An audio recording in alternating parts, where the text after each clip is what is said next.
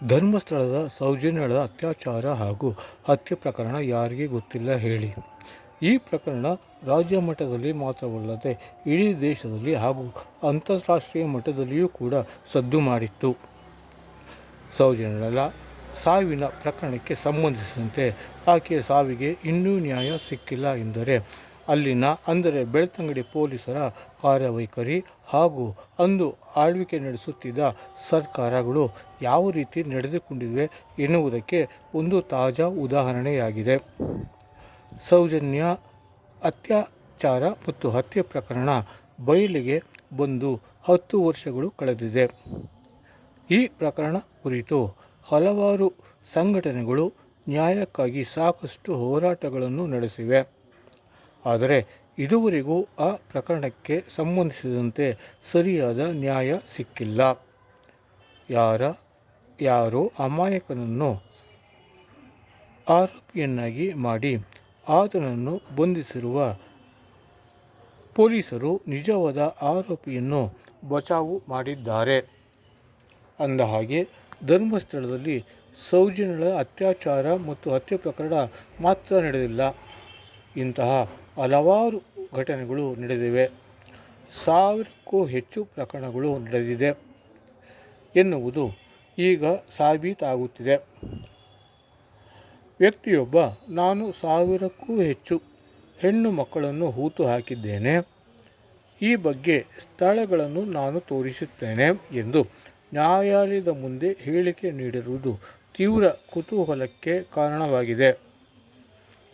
ಸಾರ್ವಜನಿಕರಲ್ಲಿ ಸೌಜನ್ಯ ಮಾತ್ರವಲ್ಲದೆ ಇನ್ನೆಷ್ಟು ಹೆಣ್ಣು ಮಕ್ಕಳು ಧರ್ಮಸ್ಥಳದಲ್ಲಿ ಬಲಿಯಾಗಿದ್ದಾರೋ ಎನ್ನುವ ಪ್ರಶ್ನೆ ಮೂಡಿದೆ. ಅಲ್ಲದೆ ಈ ಪ್ರಕರಣಕ್ಕೆ ಕಾರಣ ಯಾರು, ಅವರನ್ನು ಯಾಕೆ ಇದುವರೆಗೂ ಹಿಡಿದಿಲ್ಲ, ಅವರನ್ನು ಯಾಕೆ ಬಂಧಿಸಿಲ್ಲ, ಅವರ ಬಗ್ಗೆ ಯಾಕೆ ಕ್ರಮ ಕೈಗೊಂಡಿಲ್ಲ ಎನ್ನುವ ಪ್ರಶ್ನೆಯೂ ಕೂಡ ಸಾರ್ವಜನಿಕರಿಂದ ಎದುರಾಗಿದೆ. ಸೌಜನ್ಯ ಪ್ರಕರಣ ಬಯಲಾಗುತ್ತಿದ್ದಂತೆ ಧರ್ಮಸ್ಥಳದ ಧರ್ಮಾಧಿಕಾರಿಗಳು ಧರ್ಮಸ್ಥಳದ ಮರ್ಯಾದೆ ಕಳೆಯಬೇಡಿ ಎಂದು ಇತ್ತೀಚೆಗೆ ಅಲ್ಲ, ಇದಕ್ಕೂ ಮುಂಚೆ ಸೌಜನ್ಯ ಪ್ರಕರಣಗಳು ಆಗುತ್ತಿದ್ದಂತೆಯೇ ಅವರು ಹೇಳಿಕೆ ನೀಡಿದ್ದರು. ಆದರೆ ಈಗ ಧರ್ಮಸ್ಥಳದ ಕ್ಷೇತ್ರ ವ್ಯಾಪ್ತಿಯಲ್ಲಿಯೇ ವ್ಯಕ್ತಿಯೊಬ್ಬ ನಾನು 1000ಕ್ಕೂ ಹೆಚ್ಚು ಮಂದಿ ಹೆಣ್ಣು ಮಕ್ಕಳನ್ನು ಹೂತು ಹಾಕಿದ್ದೇನೆ ಎಂದು ಹೇಳಿಕೆ ನೀಡಿದ್ದಾರೆ. ಆದರೆ ಅವರ ಹೇಳಿಕೆಗೆ ಧರ್ಮಾಧಿಕಾರಿಗಳು ಇದುವರೆಗೂ ಪ್ರತಿಕ್ರಿಯೆ ನೀಡಿಲ್ಲ. ಇದು ಯಾಕೆ ಎನ್ನುವುದು ಒಂದು ಯಕ್ಷ ಪ್ರಶ್ನೆಯಾಗಿದೆ. ಧರ್ಮಸ್ಥಳದ ಮಾನ ಮರ್ಯಾದೆ ಕಳೆಯಬೇಡಿ ಎಂದಿರುವ ಧರ್ಮಾಧಿಕಾರಿಗಳು ಈಗ ಆ ವ್ಯಕ್ತಿ ನ್ಯಾಯದ ಮುಂದೆ ನೀಡಿರುವ ಹೇಳಿಕೆಯಿಂದ ಮಾತ್ರ ಅವರು ಸ್ವಲ್ಪ ಹಿಂದೆ ಸರಿದಂತೆ ಕಾಣುತ್ತಿದ್ದು ಇದುವರೆಗೂ ಯಾವುದೇ ಪ್ರತಿಕ್ರಿಯೆಯನ್ನು ನೀಡಿಲ್ಲ. ವ್ಯಕ್ತಿಯೊಬ್ಬ ನ್ಯಾಯದಲ್ಲಿ ನೀಡಿರುವ ಹೇಳಿಕೆ ಬಗ್ಗೆ ಮಹಿಳಾ ಆಯೋಗವು SIT ತನಿಖೆ ನಡೆಸುವಂತೆ ರಾಜ್ಯ ಸರ್ಕಾರವನ್ನು ಒತ್ತಾಯಿಸಿದ್ದು ಹಾಗೂ ಹಲವಾರು ಸಂಘಟನೆಗಳು ನಡೆಸಿರುವ ಹೋರಾಟದ ಪರಿಣಾಮವಾಗಿ ಧರ್ಮಸ್ಥಳದಲ್ಲಿ ನಡೆದಿರುವ ಹಲವಾರು ಪ್ರಕರಣಗಳ ಬಗ್ಗೆ ರಾಜ್ಯ ಸರ್ಕಾರ SIT ತನಿಖೆಗೆ ಆದೇಶಿಸಿದೆ. ಒಟ್ಟಾರೆ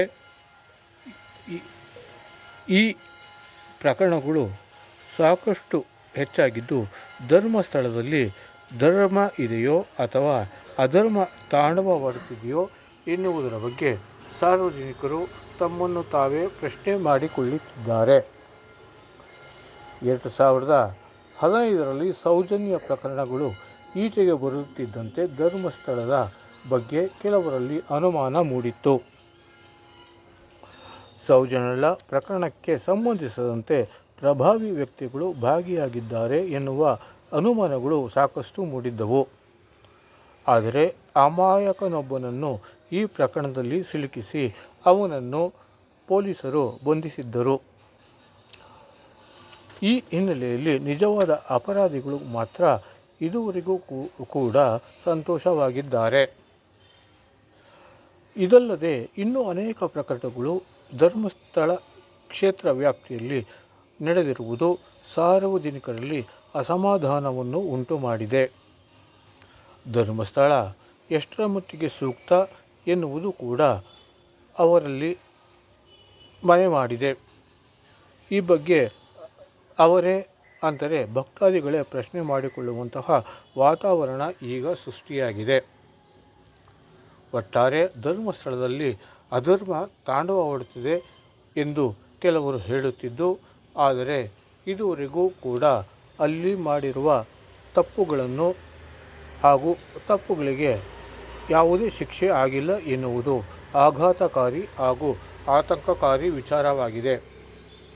ಹಾಗಾಗಿ ಇನ್ನು ಮುಂದಾದರೂ ಪೊಲೀಸರು ಅಂದರೆ ಬೆಳ್ತಂಗಡಿ ಪೊಲೀಸರು ಆರೋಪಿಗಳನ್ನು ಪತ್ತೆ ಹಚ್ಚುವ ಕೆಲಸ ಮಾಡಬೇಕಿದೆ.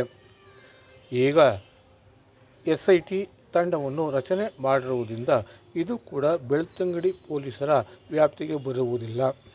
ಆದರೆ ಅವರ ಸಹಕಾರ SIT ತಂಡಕ್ಕೆ ಅತ್ಯಗತ್ಯವಾಗಿದೆ. ಈ ಹಿನ್ನೆಲೆಯಲ್ಲಿ SIT ತಂಡದೊಂದಿಗೆ ಬೆಳ್ತಂಗಡಿ ಪೊಲೀಸರು